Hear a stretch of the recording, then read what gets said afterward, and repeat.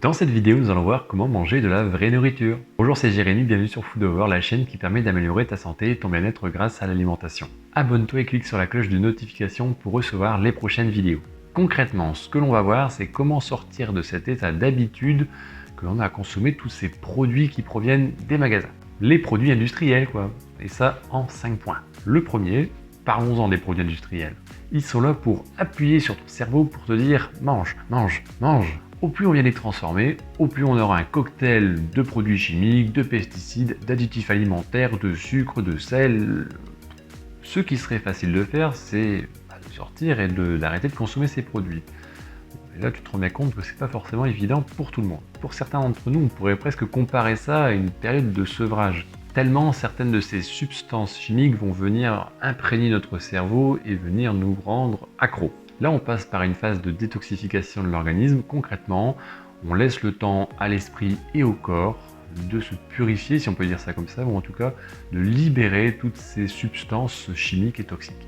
Après, psychologiquement, ça peut demander plus ou moins de temps selon les personnes. J'ai même rencontré une personne qui a eu plus de mal à arrêter la cigarette qu'à arrêter les produits sucrés.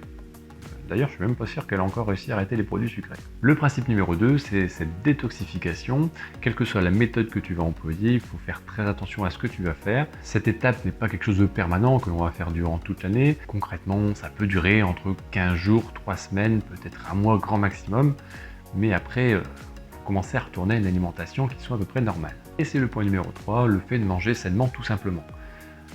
Ouais, c'est pas forcément évident non plus. Puis, manger des légumes à chaque repas, c'est pas très plaisant, hein. Je sais pas pour vous, mais quand on a l'habitude de consommer des produits déjà préparés, on a forcément beaucoup de goût, beaucoup d'additifs, donc beaucoup de goût. Le fait de retourner à des aliments non transformés, forcément, c'est plus fade au premier abord. Par contre, ce qui est intéressant, c'est qu'on retrouve le goût des vrais aliments. Si vous prenez un plat préparé qui ne contient pas d'additifs, de sucre ou de sel, vous pouvez être persuadé qu'il sera moins goûteux que votre portion de légumes fraîches. L'autre point qui est plutôt curieux, c'est justement cet aspect plaisir. Dans la vie, on dit qu'il faut se faire plaisir en mangeant. C'est tout à fait vrai. Par contre, le fait de manger des aliments qui ne conviennent pas à notre santé, et donc qui nous rendent malades, est-ce que c'est un réel plaisir? Manger mal ne peut pas être un plaisir, c'est un mensonge que l'on se donne.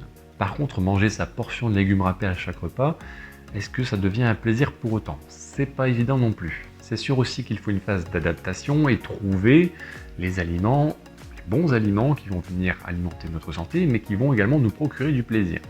Et il faut trouver un juste milieu entre ces deux points-là. Et c'est d'ailleurs le point numéro 4, le fait de rencontrer la lassitude à manger les bons aliments. Beaucoup de personnes qui font cette transition et qui ont réussi à améliorer leur alimentation, au bout de quelques mois commencent à se fatiguer et ils ont l'impression de toujours manger pareil.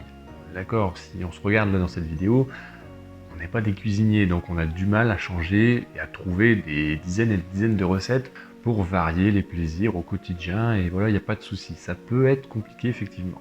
Donc pour ça justement, si vous n'avez pas assez de recettes, il faut en trouver. Alors il ne faut pas nécessairement en trouver un bouquin complet, mais si vous en avez déjà une vingtaine, ça fait déjà très bien l'affaire. Très simplement, on peut aussi changer les textures des aliments, on peut aussi incorporer différentes sauces, etc., etc. C'est pareil, quelques recettes existent pour pouvoir varier les plaisirs avec les aliments simples. Et le dernier point pour savoir comment manger de la vraie nourriture, c'est le fait de consommer les aliments justement le moins transformés possible, ce que l'on appelle les aliments bruts. Est-ce que vous avez déjà fait la différence entre manger les carottes faites par vous-même et les carottes préparées par l'industriel Jeannot Lapin?